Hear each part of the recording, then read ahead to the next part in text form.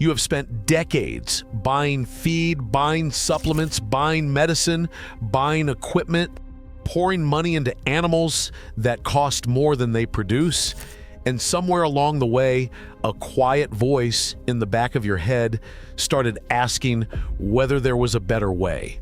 There was. And the Amish found it generations ago. What you're about to learn is not theory. These are 5 specific animals that Amish families in Lancaster County, Pennsylvania, and Holmes County, Ohio, have used for over 150 years to generate income that covers their bills, sometimes all of them, without a single day of outside employment. No salary, no boss, no dependence on a system that was never designed with your independence in mind. And I want you to stay until the very end of this video, because the 5th entry on this list is not an animal most people would even think to mention. It is a combination so productive that when I first saw it behind an Amish barn outside of Millersburg, Ohio, I stood there for a full minute trying to figure out why I had never heard of it before. You have not seen this in any gardening book. You have not seen it on any homesteading channel. And by the time you walk away from this video, you will be able to set it up this weekend for under $50. Let us start at the top. The first animal on this list is one you probably already have or have at least considered, but I am willing to bet you have never heard the full story of why the Amish treat this particular creature as the foundation of a working farm economy rather than just a hobby.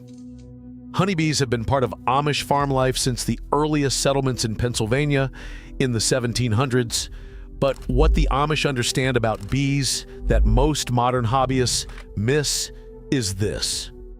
A single colony is not one income stream, it is 6. When I spent time with a beekeeper family outside of New Holland in Lancaster County, the patriarch walked me through his operation like a man explaining a machine he had built himself. He kept 42 hives on a little over 2 acres, not because he needed that much land, but because that is how many hives the flowering calendar of that land could support at peak production. He knew the bloom schedule of every plant within 2 miles of his property the way some men know the sports schedule. And that knowledge was worth money. Here is what those 42 hives produced in a single year. Raw honey, which he sold directly at $12 per pound rather than the $3 or $4 per pound the grocery store honey commands. Beeswax, which he pressed into blocks and sold to a candle maker in Ohio for $8 per pound. Pollen, which he collected using entrance traps and sold dried to a local health food cooperative. Propolis, the sticky resin bees use to seal their hives, which has been used medicinally for thousands of years and which today sells online for $15 to $20 per ounce in tincture form.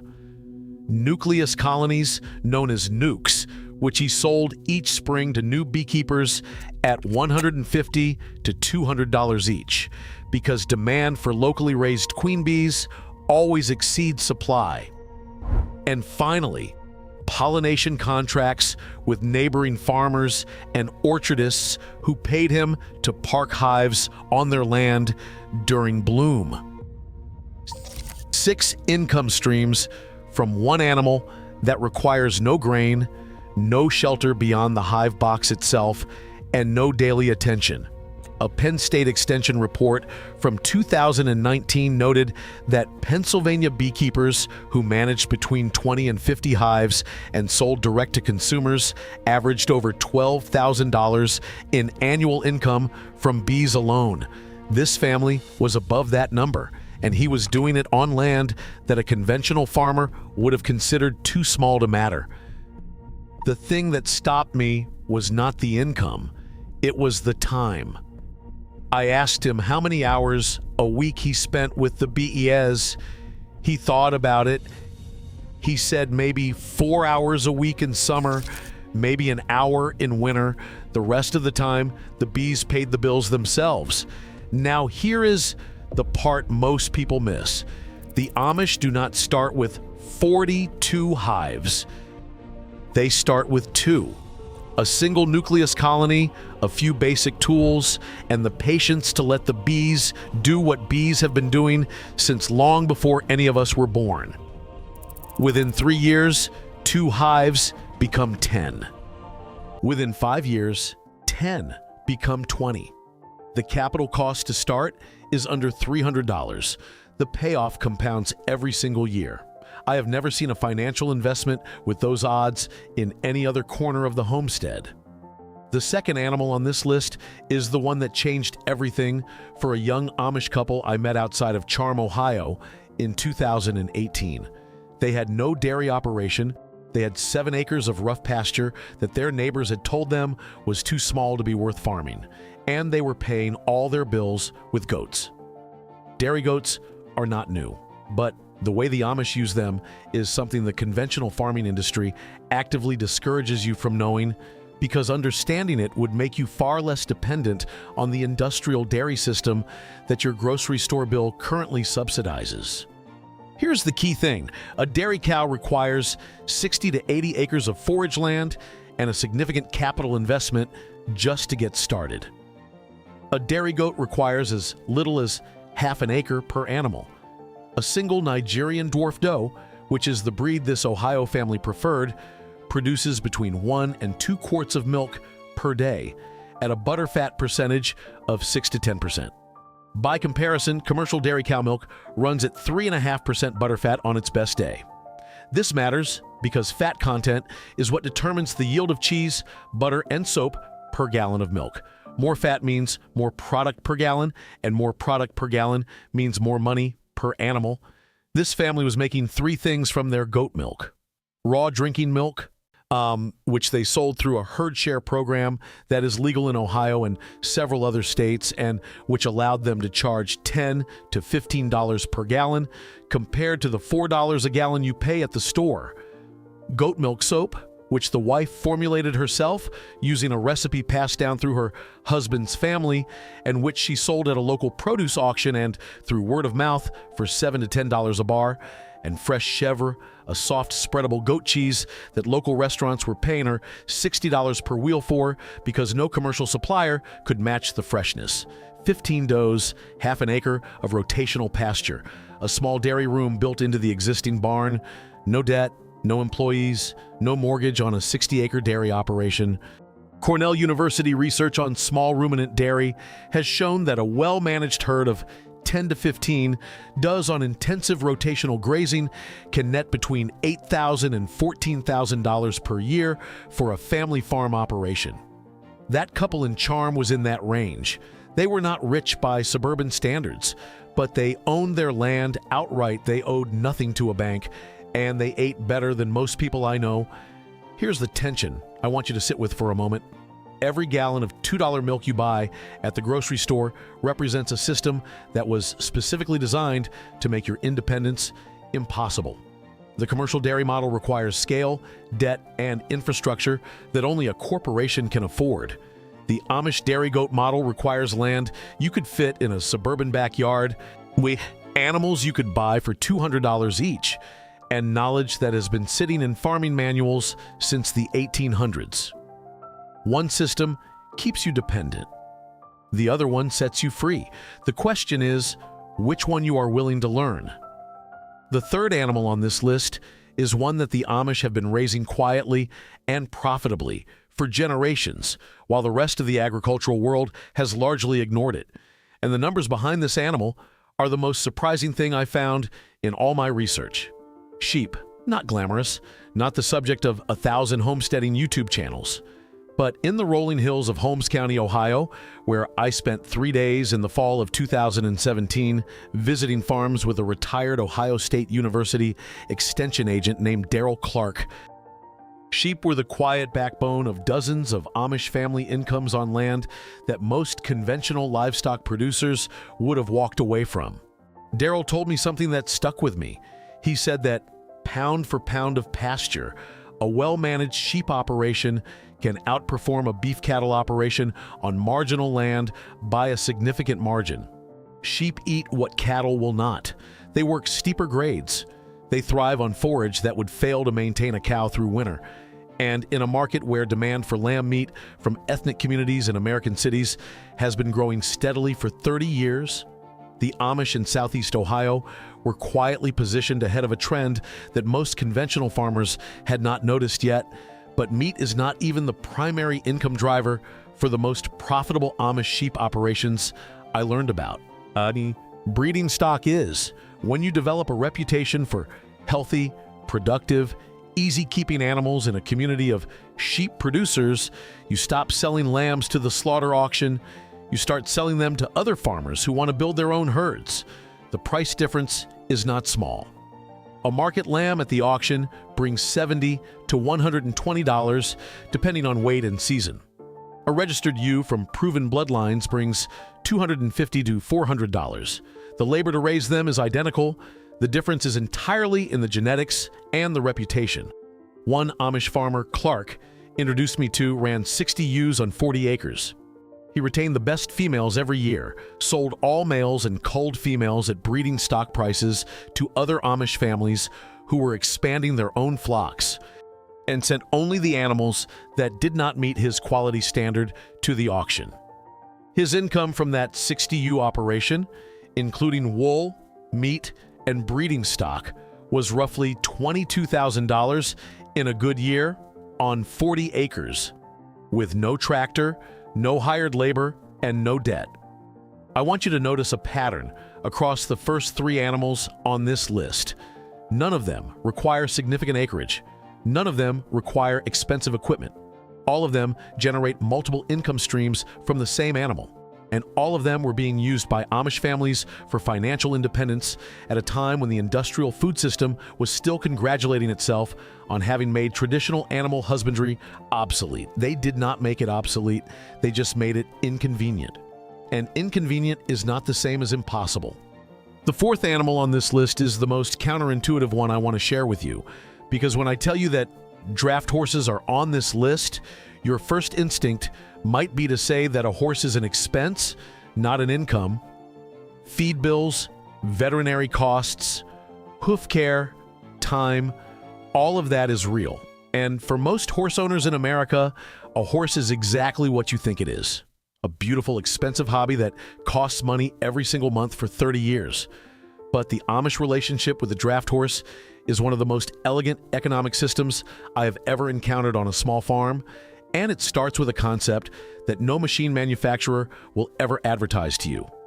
A draft horse is the only piece of farm power equipment that can grow its own replacement. When the Western Producer published an analysis of Amish farming economics in Holmes County in 2006, the agricultural consultant Noel McNaughton noted that on a per-acre basis, Amish farms were among the most profitable he had ever seen. One of the reasons he identified was this: Amish farmers do not pay equipment loans, they do not pay diesel bills, they do not call a dealer when something breaks. They grow hay on land, the horse works, feed the hay to the horse, spread the horse's manure on the land the hay grows on, and breed the horse to produce the next generation of working animals.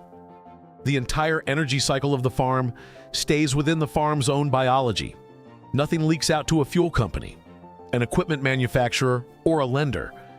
But here's where it gets more interesting. The Amish in northern Indiana and Holmes County are known for producing trained-driving horses of exceptional quality. A Greenbroke Belgian or Percheron draft horse sells for somewhere between $2,000 and $4,000.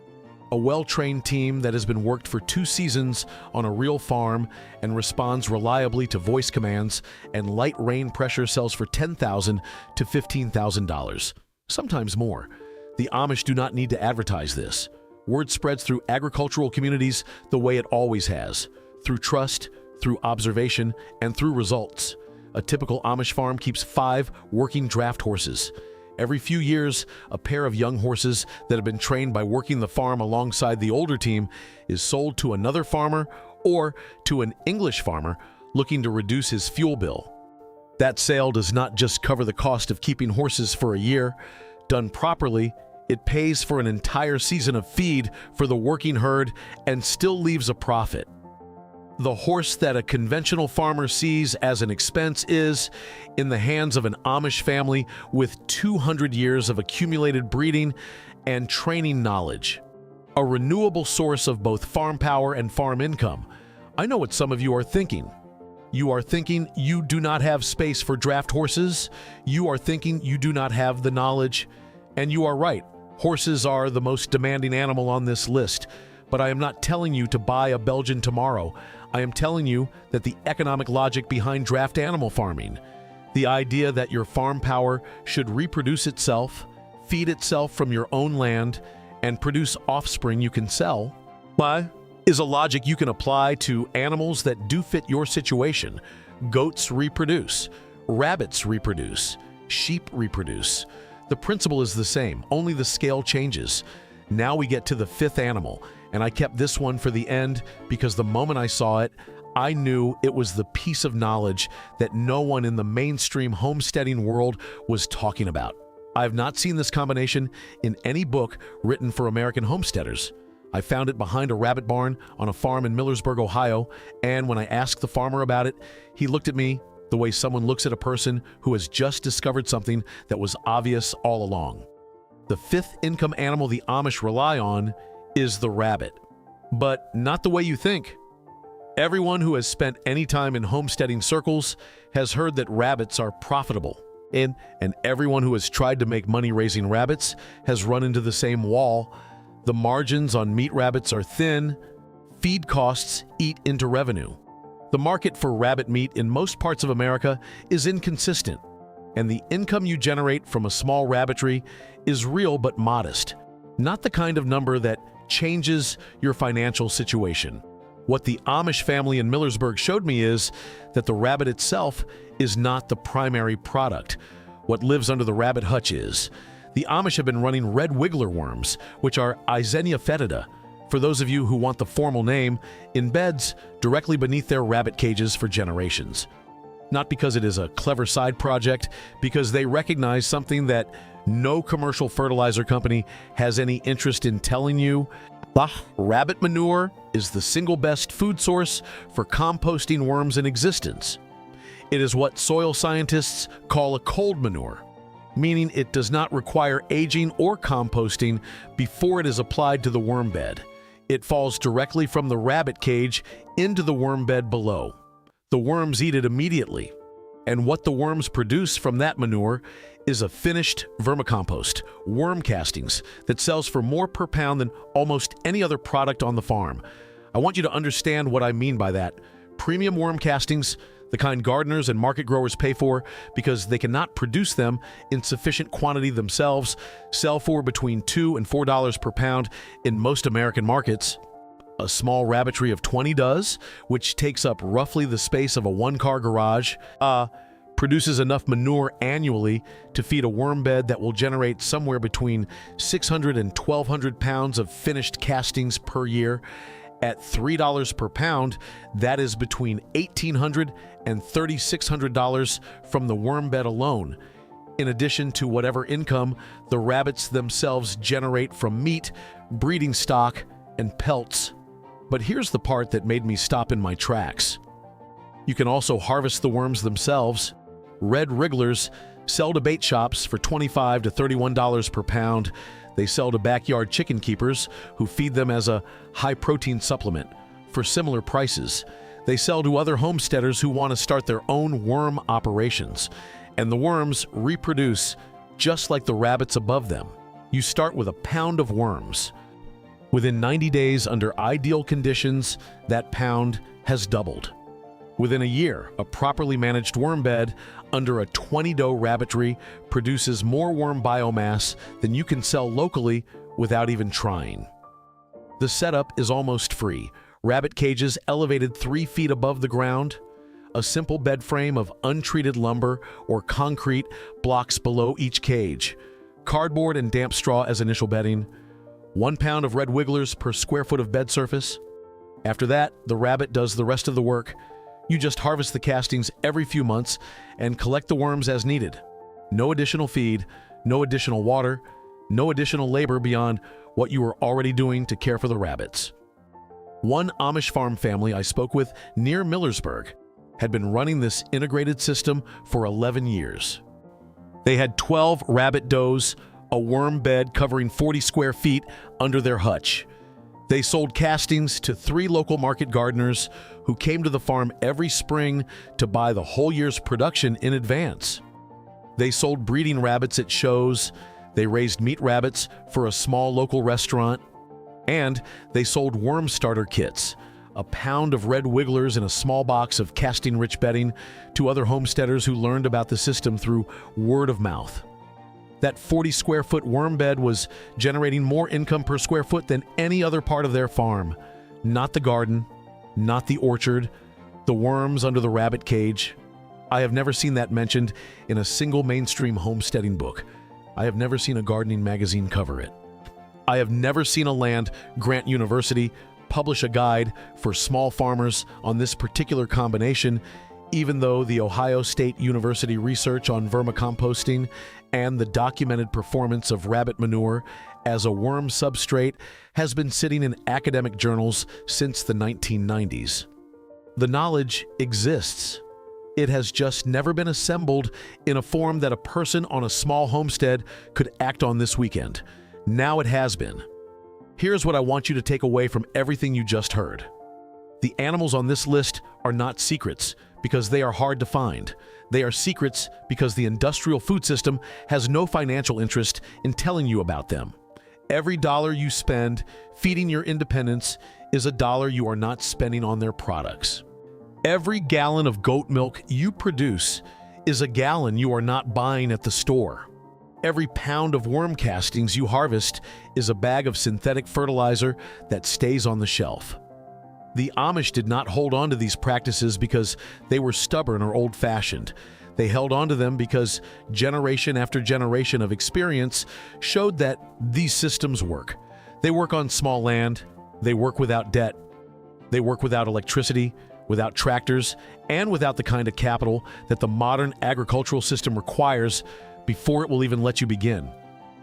The Amish were running profitable multi-stream animal operations on 60 acres of Holmes County hillside, while the rest of America was being told that farming was only viable at industrial scale. They were wrong. The Amish were right.